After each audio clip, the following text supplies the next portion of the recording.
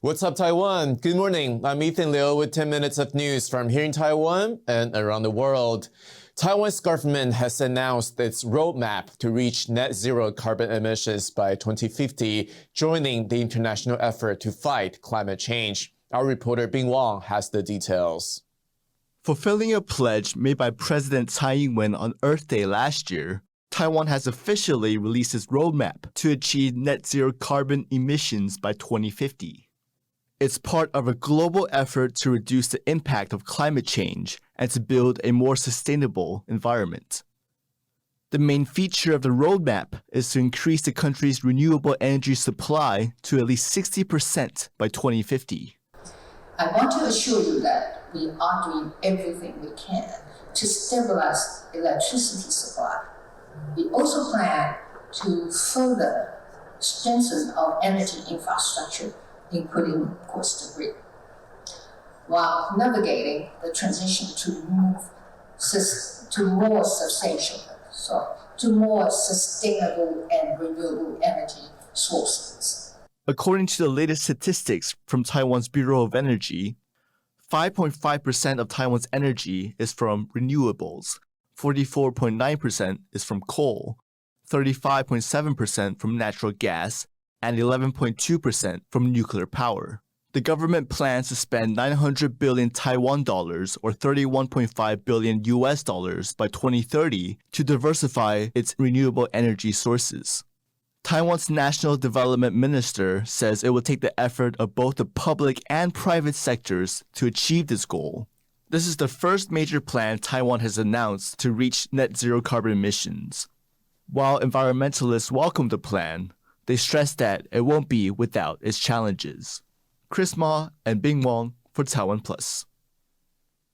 Taiwan recorded 239 new cases of COVID-19 on Thursday, a record daily high this year. 87 of those cases were local infections. Officials are now boosting safety measures for the nation's biggest religious procession, the Tajamatsu Pilgrimage, which kicks off in a little over a week.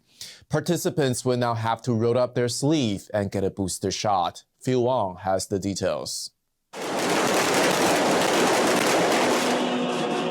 Every year, the Tajamatsu Pilgrimage is Taiwan's largest religious and cultural event. People pray to the sea goddess Mazu for good fortune. This year, over 1 million people are expected to participate in the 8-day event, which begins on April 8th. But first, attendees will need to get a COVID-19 booster shot. The Central Epidemic Command Center announced the requirement amid a soaring number of new COVID-19 cases in Taiwan. The booster mandate has led to a surge of people rushing to clinics. 工作也有关系，然后还有包括我今年也有去绕境，都有配合每年的大甲妈祖的绕境在做执行。有规定说一定要施打完第3剂才可以参加这个活动，的确是还蛮多人就是一直打电话过来说要施打疫苗。怕2、3剂鬼。Only people with proof of a third vaccine shot will be given a participation pass, and devotees must apply for a pass ahead of time. On top of that, costumes like pelicans robbing and crawling beneath the pelicans are still banned this year.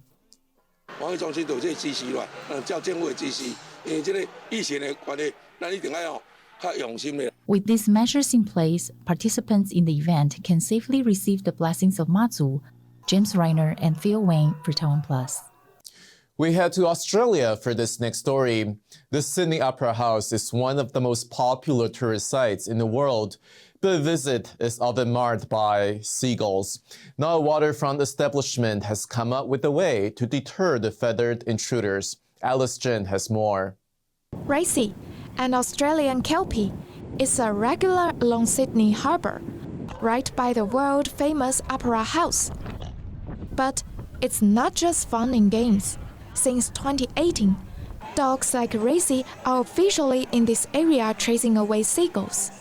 Oh, they love it. A lot of the times people look at your confusion for the first hour of your shift trying to figure out what you're doing. And then you'll go on your 5-minute break to take the dog to the toilet and you come back and they're like, oh, that's what she's doing because the birds come back. So then they generally pull you aside and they're like, oh, this is amazing.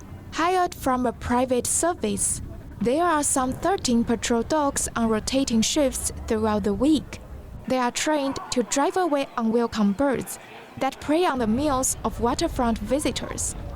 We do use your dogs that already have a temperament that's more inclined to chase things, I suppose. So like your working breeds, like your Kelpies and your cattle dogs and stuff. So they've already naturally got that instinct. We kind of just tap into that and let them chase the birds. Although costly, with a price of nearly $133,000 a year, the Opera Kitchen manager says it is worth it. Needing to recover from lockdown restrictions, the Sydney Opera House is renewing the dog patrol service for 2 years. And with the birds on retreat, that should mean a more pleasant dining experience for harbor visitors. Alice Zhen for TaiwanPlus.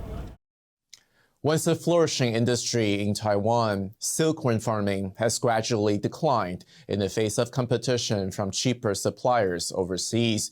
But one farmer in the northern county of Miaoli is still producing silk in the traditional way, step by step. This is his story.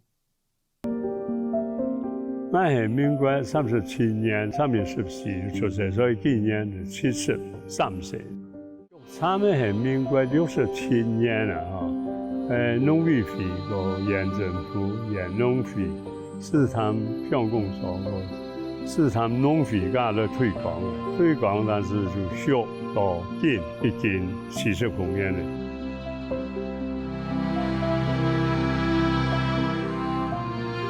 但是佢到81年，政府就將把兩個產業就廢棄了。呢種嘛冇廢棄呢，因為日本都係賣產業嘅，後來轉到碧桂去賣，所以台灣中華民國就兩個產業半成品嘅直接從產業啦，但係你又賣不滿意，冇人賣。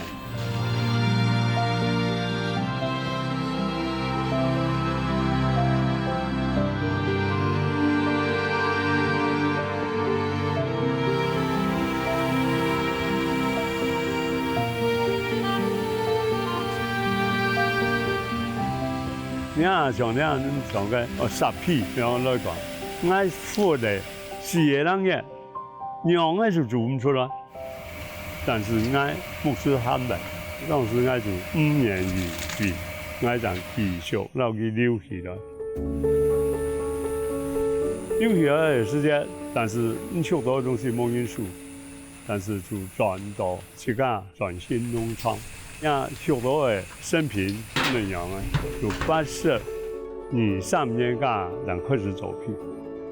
我就當時間我無見識留下來，就我有隻人民港。台灣中華民國絕對做唔得冇嘢得嘢嘅，全國就出農，我自家就去做。以前較涼啊，2下日頭10分慢，個個嘅空氣十分唔好，因為大陸嗰度工業疲勞，一個污染當多東西嘅成果咯。所以我算嚟日，我全部用3000水哦，接管咧下來盆，你冇落水嗬，我2-3日才盆一遍，2-3日就盆一遍。哦，所以我當到沖嘅啊，像嗰個樣盆式啊，用筆嘅嗬，我算木石，我嘅就全部用水去盆，所以冇食藥嘅。大家5步扶翻步，跟行擺哪就拖嘅，跟營養冇個平嘅，所以我就堅持用人嘅力量，講唔來健康，必須樣東西全部做唔得，盡量唔係培養嘅，盡量樣土壤保持強，就80公年咧就做到咧已經有。30年了，直到2下，我能夠做到咁樣，我感覺我自己當歡喜。Thank you for watching What's Up Taiwan. I'm Ethan Liu. Remember to download the TaiwanPlus app for more stories from Taiwan and around the world. Finally, we leave you with some springtime drone footage of the River Thames in London, England. Take care, and I'll see you next time.